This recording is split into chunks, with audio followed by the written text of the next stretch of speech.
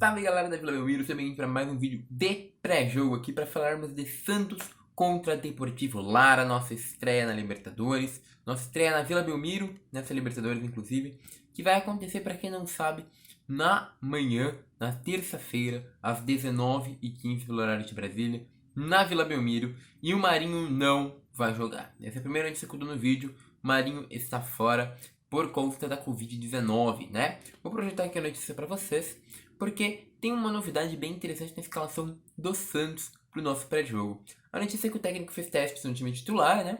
E beleza, depois da goleada contra o 4x0, em determinado momento da atividade, por exemplo, Ângelo formou o ataque ao lado de Lucas Braga, Gia Mota e Soteldo, mas recuado. Né? Ele trabalhou em treino técnico com alta intensidade, né? E cara, eu achei bem interessante. Outra mudança foi o zagueiro Kaique, que na estreia contra o do Santos no Campeonato Paulista foi testar na vaga do Luiz Felipe. E cara, eu achei isso bem legal, né? Falaram que o Balieiro também virou opção a Sandro na lateral direita. Isso eu não achei nem um pouco legal. Mas tudo bem, né? Se você tem uma lateral de mais marcação, o pessoal reclamou do Sandro. Eu, teoricamente, prefiro bastante o Sandro, mas tudo bem, né?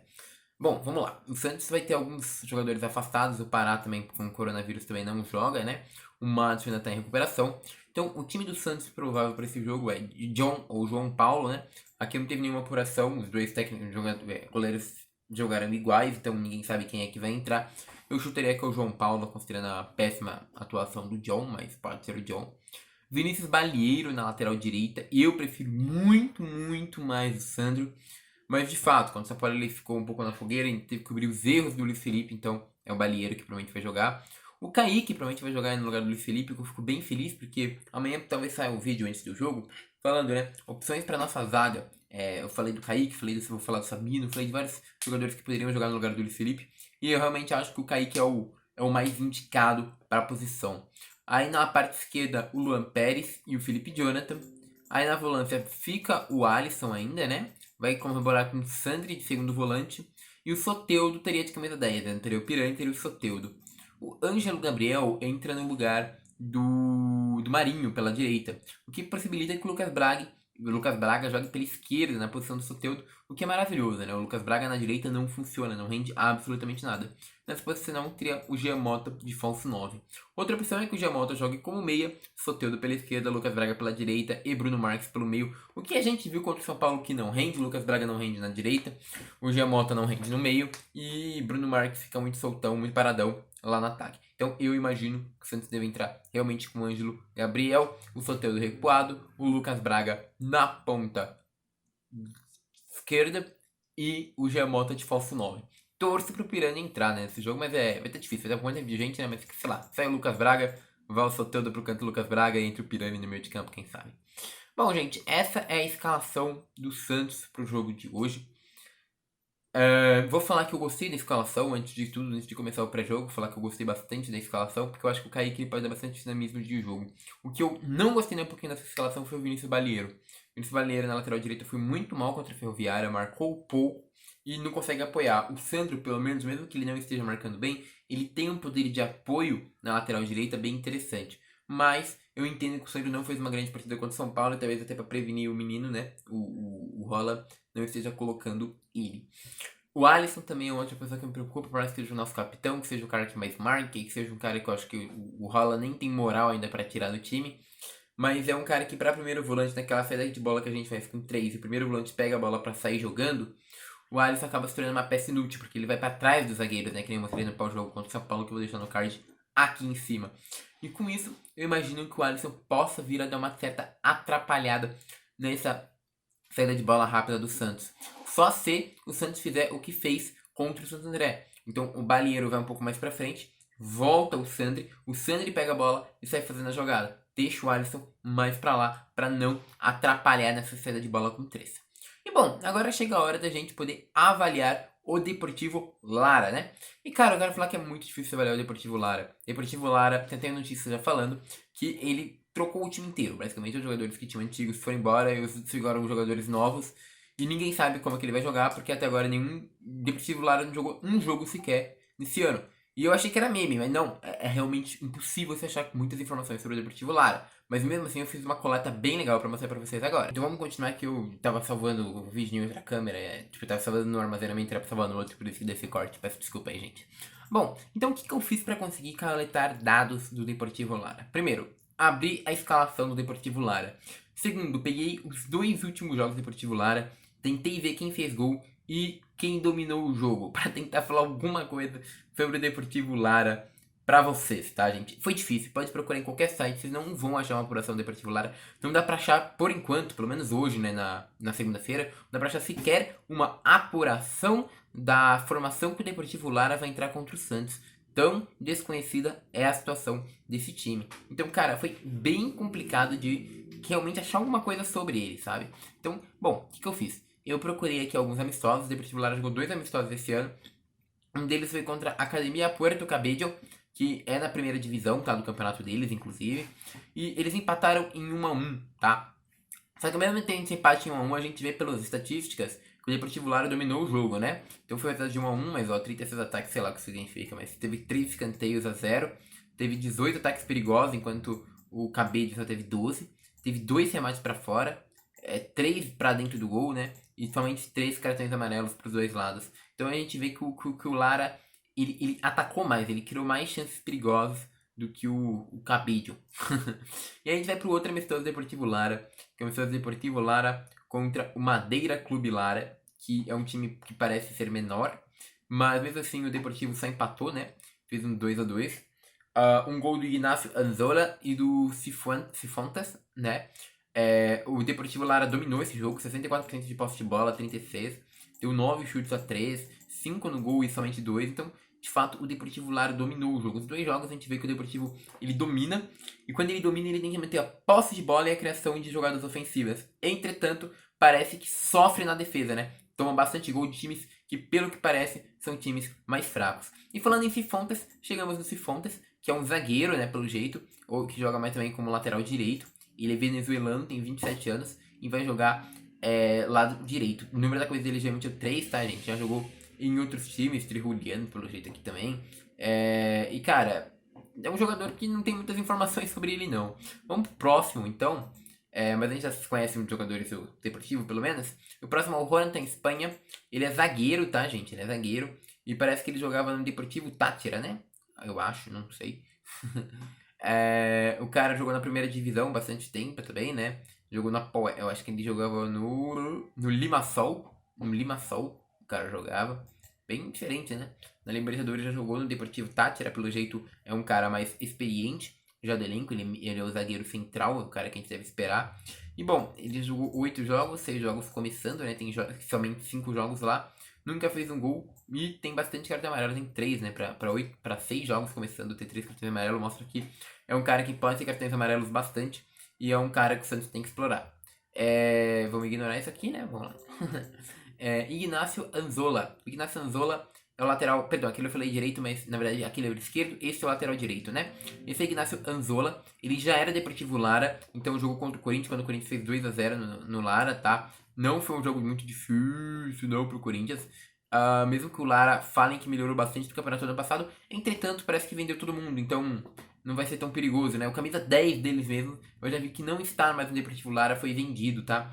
Então, é um jogador que começou jogando jogou 2 jogos, basicamente, nunca fez um gol, deu bastante toque, não deu pra falar, e ele joga bastante nessa região. O que me chamou a atenção é que ele é um lateral muito ofensivo, ó. Como que ele quase não tem manchas perto da zaga dele, né? Mas no ataque ele joga quase como um ponta, né? Daria pra falar facilmente que o Anzola é um ponta, sendo que na verdade ele é lateral direito, né? O que dá bastante espaço, seja pro Lucas Braga, seja pro Soteldo. Talvez até fosse legal jogar o Braga pelo meio e o Soteldo pelo canto, ou o Piranha ali no meio e deixar mesmo o Soteldo pelo lado esquerdo, porque vai ser um lugar que vai ser bem explorável, porque se for esse o lateral que vai jogar contra a gente amanhã, ele não é um cara muito marcador, né? O que deve deixar um bom buraco nas costas dele.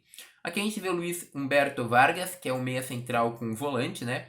Ele deve estar jogando pelo Zamora ano passado, estava jogando pelo Zamora ano passado. Ele já jogou 3 jogos, né? Começou 3 jogos na temporada 2016 no Sul-Americano, onde que ele foi meio que destaque. E, cara, ele não joga muito também, né? Um jogador do Lara que, bom, pode ser titular, né? Aí a gente chegou no Calderon. O Calderon, ele já é mais famosinho. Ele jogava bastante em times do Portugal, na segunda divisão portuguesa. Ele jogou no Vizela. Vizela era um time da segunda divisão portuguesa, pra quem não sabe. Jogou a Comembol Sul-Americana, inclusive. 2 jogos só, mas jogou a Comembol Sul-Americana. E, bom, cara, ele é um cara que tem um mapa de calor bem de meio de campo mesmo, né? Você pode ver que ele joga. Ele marca atrás, mas ele tem uma participação bem no meio. Ele não é um cara que chega batendo tanto, né? Pode perceber aqui pela marcação dele na área. Mas é um cara que geralmente tem obrigação, né? Que mexe bastante no meio de campo, atua tanto pela direita, pelo meio ou pelo lado esquerdo, tá? E aí chegamos no Darwin Domingues. O Darwin Domingues é um cara que jogou no Macará, pela Libertadores, inclusive, né? Não, pelo Tátira, né? Ele já era do Tátira. E cara, o Domingues, ele já jogou 2 jogos, começou um, né, na temporada, nessa temporada, esse daí já não são números dessa temporada.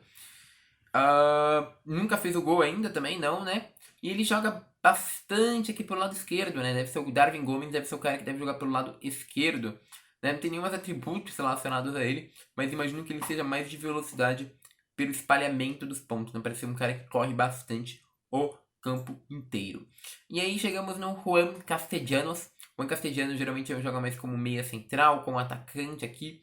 Ele jogou sim contra o Corinthians, defendendo o Deportivo Jara. Ele tem um pleno mapa de calor, por exemplo, até Comembol Libertadores dele. Ele jogou só um jogo, né? 2 minutos jogados, então jogou quase nada. Ele é reserva, geralmente, do Deportivo Jara, mas pode aparecer contra o Santos. Chegamos então em Rubem Rojas. O Rubem Rojas é um dos atacantes principais pelo Deportivo Lara. Jogou o torneio Apertura, né? Que é o torneio que o Deportivo Lara ele disputa. Ele jogou pelo Atlético Bucamarangá, que empatou com o Tolima, inclusive no campeonato colombiano, né? O Lara depois. Não, acho que na verdade eu falei besteira quando eu falei que o campeonato do Lara, não é não, perdão, o campeonato colombiano. E cara, ele dentro do Bucamarangá, ele começou jogando 7 jogos.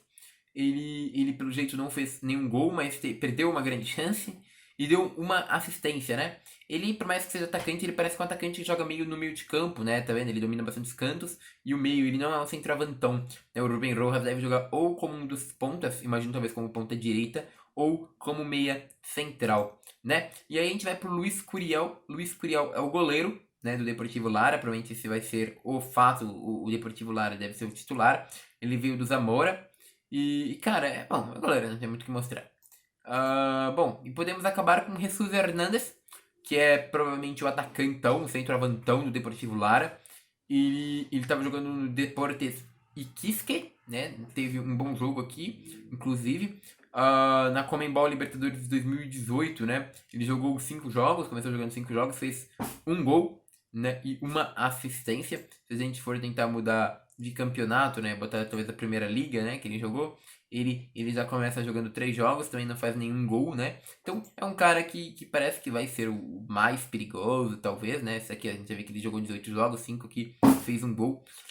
Mas a gente vê que nenhum. E é um cara mais atacantão, né? Imagina que o Fernandes deva ser um grande perigo do Lara para esse jogo. Mas a gente vê que assim, é um time sem muitas informações, né? A gente não tem nem como culpar muito o Ariel Holland se ele entrar com um time que não esteja adequado para o Deportivo Lara, porque tá muito difícil coletar informação. Imagina que o Ariel consiga bem melhor do que eu, né? Claro.